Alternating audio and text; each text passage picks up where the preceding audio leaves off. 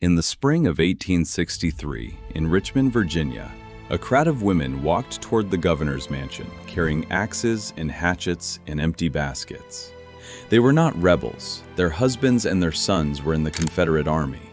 They had come because a barrel of flour in Richmond now cost more than a soldier earned in a year, and they could not feed their children. They broke into the shops on Cary Street and took bread. It took the president of the Confederacy standing on a wagon and threatening to order troops to fire before they went home. That same spring, 800 miles to the north, a farm wife in Ohio opened her door to a man in a good coat. He was not selling anything. He was offering her the chance to lend $50 to the United States government. 6% interest, paid in gold. She thought about it, and she bought one. So did her neighbor. So did hundreds of thousands of other ordinary Americans that year. Two women, same war, same month. One of them was being asked to fund a government. The other was being destroyed by one. And the difference between them was not courage. It was not cotton. It was not the number of men in the field. It was that one government could still borrow money, and the other one could not. We tell the American Civil War as a story of generals and rifles and railroads. It was all of those things, but underneath it, from the first month to the last, there was a second war. It was fought in bond markets in New York and London and Frankfurt, in the back offices of banks and on the doorsteps of farmhouses in Ohio. The South lost that war first. Everything else followed. Let me start with something that is easy to miss when you look back at 1861. Neither side could afford this. Not the North, not the South. Neither of them. Picture the United States government in the year 1860. It is small, almost invisible in daily life. If you were a farmer in Illinois, you would go your entire life without meeting a federal employee who was not a postmaster. There was no income tax. There was no federal police force. The whole machine was funded overwhelmingly by one thing: customs duties, tariffs on goods coming in through the ports. That was enough because the government did almost nothing that cost money. Then, in April of 1861, it acquired the most expensive project in the history of the continent. Armies eat. That sounds obvious, but hold it in your hand for a moment, because it is the whole story. An army of 100,000 men eats every day. It needs boots, and the boots wear out in weeks. It needs horses, and horses die. It needs rifles and powder and lead and blankets and tents and wagons and railroad cars and salt pork and coffee. And it needs all of it again next month, and the month after that. Nobody in 1861 believed this would take 4 years. If they had, it is not obvious either side would have started. So the question that every government in a long war eventually faces arrived, and it arrived fast. Where does the money come from? There are only 3 answers. There have only ever been 3 answers. You can tax it. You take money from your citizens openly, by law, and you spend it. It is honest. It is also slow, it is unpopular, and it requires something most governments in 1861 simply did not have, which is the machinery to find out what people earn and make them pay a share of it. You can borrow it. You ask people to hand you money now in exchange for a promise to pay them back later with interest. This is fast and it can be enormous, but it depends entirely on one thing. The lender has to believe you are going to exist in 10 years and that you are going to win. Or you can print it. You simply create money and spend it. This is instantaneous and it requires nothing from anyone. It is also quietly a tax. Because every new note you issue makes every note already in someone's pocket worth slightly less. You are taking money from your own people. You are just not telling them. Here is the entire war in one sentence.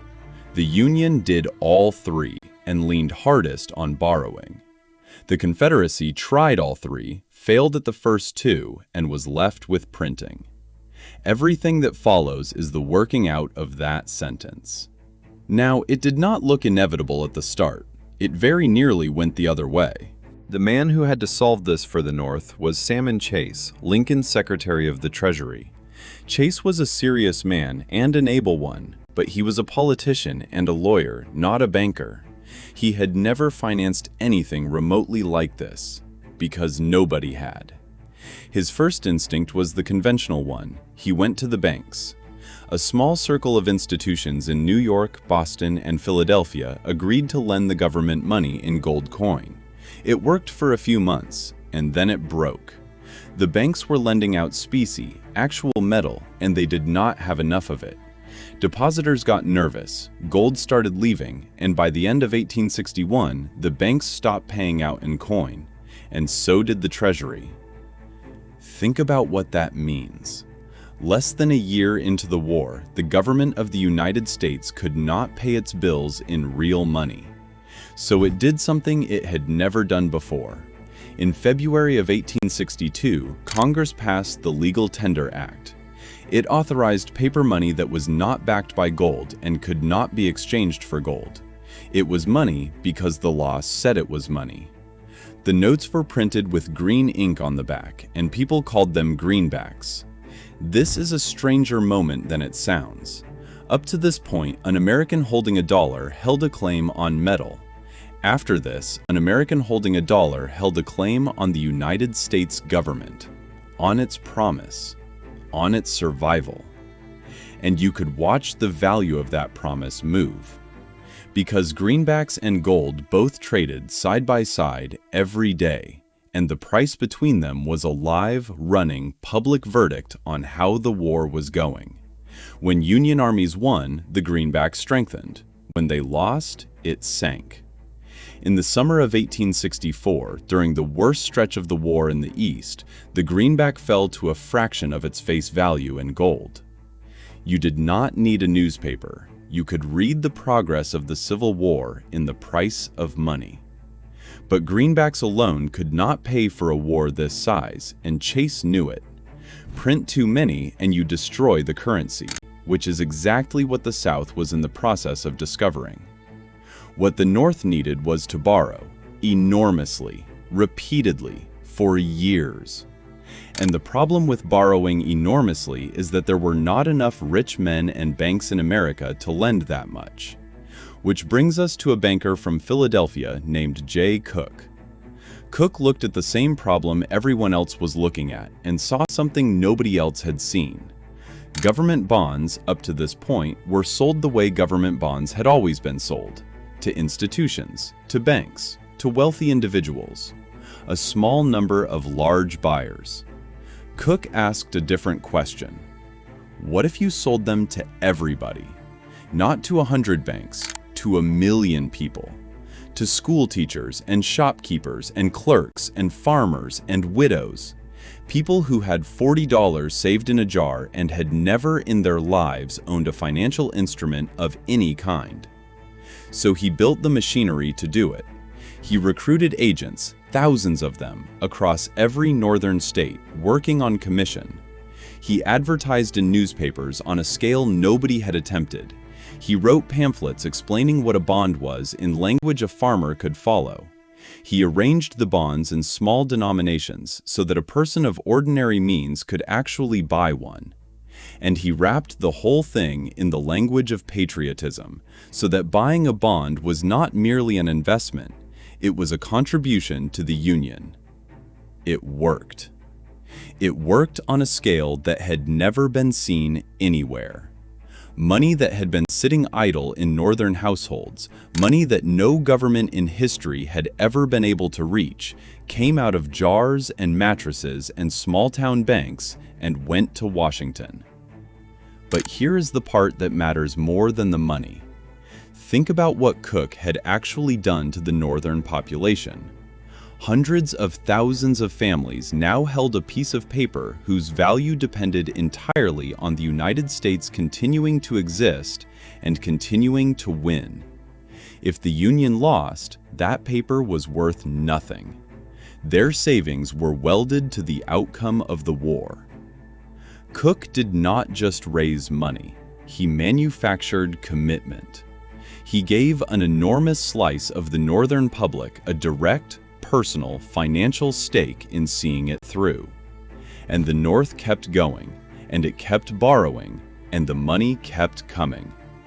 Meanwhile, Congress did the other thing, the unpopular thing. It taxed. In 1862, the United States enacted the first federal income tax in its history, a modest rate on incomes above a threshold that exempted most working people. Alongside it came excise taxes on an enormous range of goods, licenses, manufactures, and services. The rates matter less than what building it required. To collect an income tax, you need an apparatus: assessors, collectors, records, enforcement. A federal government that in 1860 had barely touched its citizens' lives now had to reach into them and find out what they earned. The North built that apparatus, from nothing, in the middle of a war. Hold on to that fact, because the South never built anything like it, and that is one of the reasons the South lost. And then Congress did one more thing, which was quietly the cleverest of all. In 1863, and again in 1864, it passed the National Banking Acts. Any bank that wanted a federal charter and the right to issue the new national currency had to buy and hold United States government bonds. Look at what that does. The government had just created a banking system whose entire foundation was the government's own debt. Every new bank that opened became a required buyer of Union paper. The North had built a machine that generated demand for its own borrowing. By 1864, the Union's financial position was strained, volatile, and expensive. But it functioned. The government could still walk into the market and raise money, and people would still hand it over. Now let us go south, because the story down there is completely different, and it starts with a much better hand than you would expect. What did the Confederacy actually have in 1861? Not much industry, very little in the way of factories, foundries, or machine shops compared with the North. Almost no gold or silver in its treasury. No credit history at all, because it had existed for a matter of weeks. Nobody in London had ever lent money to the Confederate States of America, because until recently, there had been no such thing. Its wealth was real, and it was enormous, but it was locked in two forms that could not be spent: land, which cannot be shipped, and human beings held in slavery, who were counted as property in the ledgers of the South, who made up an immense share of its recorded wealth, and who were, obviously, not something you could send to a bank in Paris as collateral. But there was one asset that could move, one thing the South had that the world genuinely needed: cotton. The textile industries of Britain and France ran on southern cotton. Mills in Lancashire, hundreds of thousands of jobs, an entire industrial supply chain, dependent on a crop grown in the American South. That was the Confederacy's credit. That was the thing it could have borrowed against. In 1861, before the Union blockade had any real teeth, the South controlled its own ports and could have shipped that crop out, sold it, and built up a war chest and a credit rating in Europe. Instead, it did the opposite. The Confederate leadership believed something that seemed obvious to them at the time. They believed cotton was so essential that Britain and France could not live without it. And they reasoned that if they withheld cotton, if they shut off the supply and let the mills go quiet and the workers go hungry, then those governments would be forced to intervene, to recognize the Confederacy, perhaps even to break the blockade. They called it King Cotton. And in 1861, the South held its crop back. It did not work. Britain did not intervene. It had unusually large stockpiles when the war began, and as those ran down, it went looking elsewhere. It expanded cotton production in Egypt and in India. The mills suffered badly, and there was real hardship in Lancashire, but the British government made a calculation about a war it did not want to enter, and it stayed out. And now sit with what the Confederacy had done to itself. It had taken the single asset it could sell, the only collateral it had, the one thing that made it creditworthy in the eyes of Europe, and it had voluntarily kept it at home. In the 1 year, it still controlled its own ports. By 1862 and 1863, when the South badly needed to sell that cotton, it could not get it out. The Union blockade had thickened. The ports were closing one by one. The cotton sat in warehouses and in fields, worth a fortune to anyone who could reach it, and reachable by almost nobody. The South burned its own credit line to make a diplomatic bet, and it lost the bet. It did try to borrow. In 1863, the Confederacy went to Europe and arranged a loan through a Paris banking house run by a financier named Erlanger. The structure was ingenious and desperate at the same time. The bonds were not simply promises to repay money. They were backed by cotton. A holder could, in principle, exchange the bond for actual cotton at a price well below the market rate, if you could collect it, which meant running a blockade. For a while, they sold. European speculators bought them, and the price of those bonds became something remarkable. It became a live market bet, quoted in London and Amsterdam, on whether the Confederate States of America would survive. You can trace the war in that price. It rose when Confederate armies won. It collapsed after Gettysburg and Vicksburg in the summer of 1863. And it never really recovered. But even at its best, the Erlanger loan raised a fraction of what the Confederacy needed. It was not a solution, it was a gesture. Taxation was not a solution either, and here the reason is almost tragic. The Confederacy had been founded on a principle of strong states and a weak central government. That principle now became a fiscal cage. Richmond could pass tax laws, but collecting taxes across 11 states, many of whose governors were deeply hostile to central authority, with no established revenue service in the middle of an invasion, was close to impossible. Some states simply did not remit what they owed. Some paid Richmond in the very paper currency Richmond had issued. So the Confederacy was left with the third option, the one that requires nothing from anybody. It printed. And then it printed more. And then it printed more than that. And the states printed their own notes alongside it, and cities printed notes, and railroads and banks and merchants printed notes, until the South was awash in paper issued by everyone and backed by nobody. Prices in the Confederacy did not rise. They detonated. A pound of coffee, a barrel of flour, a pair of shoes. Track any of these across the 4 years and the numbers become absurd, then obscene. By the last year of the war, Confederate currency in many places was worth so little that people had stopped bothering to count it and started weighing it, or refusing it altogether and trading goods for goods. Now go back to Richmond, and to the women walking toward the governor's mansion with axes. That is what this looked like from inside a household. Their husbands were in the field. The soldiers' pay arrived, when it arrived, in Confederate paper. By the time it reached home, it bought a fraction of what it had been worth when it was issued. The bread on Cary Street had not become scarce because of any harvest failure. It had become unreachable because the money had died. Those women were not rioting against the Union. They were rioting against a currency.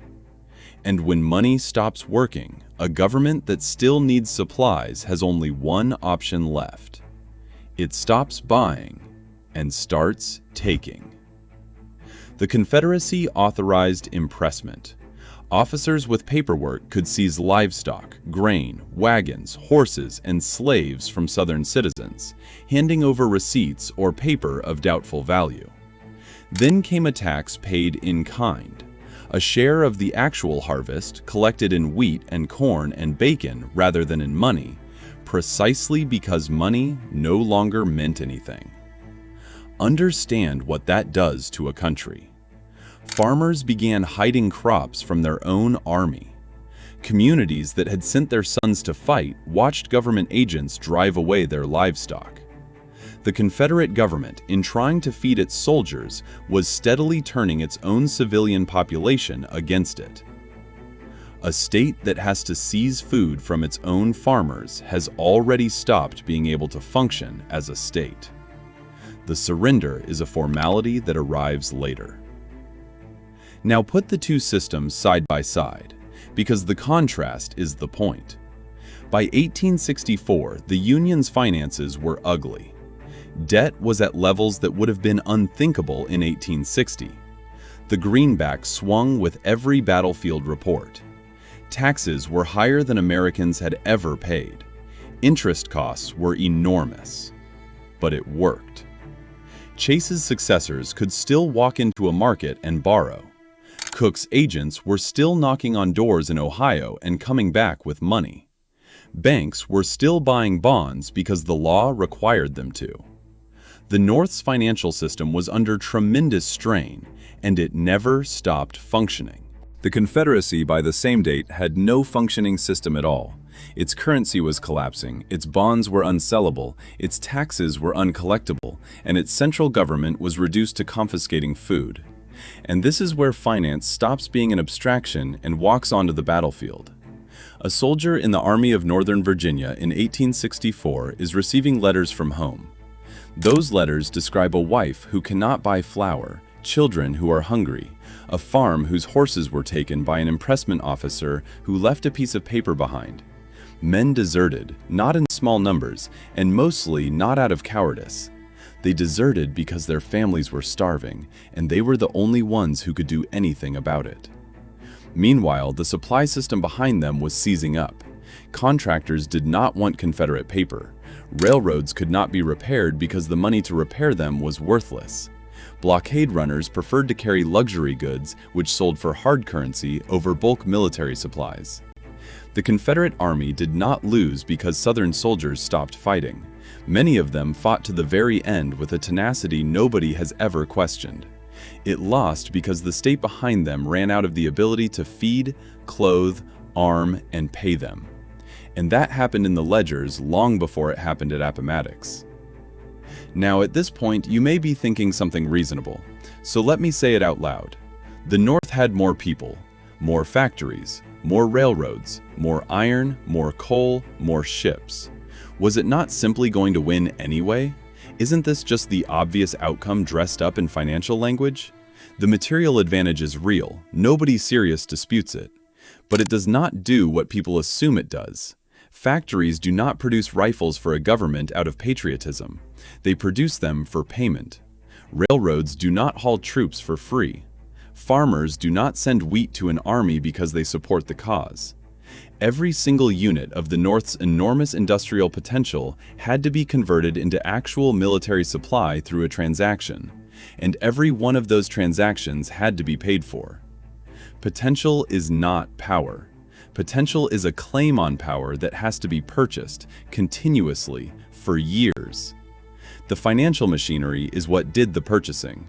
Cooke's bonds, the income tax, the national banks, the greenback. That machinery is the reason Northern industrial capacity became Northern armies in the field, month after month for 4 years without breaking. The South also had potential. It had an enormously valuable crop, and men who fought as hard as any soldiers in history. It had no machine capable of converting that into sustained supply. That is the difference, not resources, the apparatus to mobilize them. One last thing, and it is the part with the longest shadow. Look at what the North built to fight this war, and then notice that none of it went away. The greenback, paper money issued by the federal government, not redeemable in gold, worth something because the government said so. That is the fundamental architecture of the money in your pocket right now. The income tax. The Civil War version was repealed afterwards, and it took decades and a constitutional amendment before it returned permanently. But the precedent had been set. The federal government had reached directly into the earnings of its citizens, and it had worked. The national banking system built on the government's own debt. a federal government that had learned definitively that it could borrow money from ordinary people at a scale nobody had imagined, and that those people would line up to lend it. The financial structure of the modern United States was not designed in peacetime by economists. It was improvised, under pressure, by men trying to pay for a war they were not sure they could win. So, two women in the spring of 1863. The one in Ohio bought a bond because she believed her government would still be standing in 20 years and would pay her back with interest in gold. That belief was the single most valuable asset the Union possessed, and it never ran out. The one in Richmond was holding money that her government had printed because nobody in the world would lend it any. Generals win battles, but armies have to be fed and shod and armed and paid every day for 4 years. And somebody, somewhere, has to be willing to lend you the money to do it. By 1863, only one side could still find that somebody. If you found this worth your time, subscribing helps more than you would think. This channel takes the events you already know and follows the money underneath them, and there is a new one every week. Leave a comment and tell me which one you want next. There is a list, and it is long. Thank you for watching.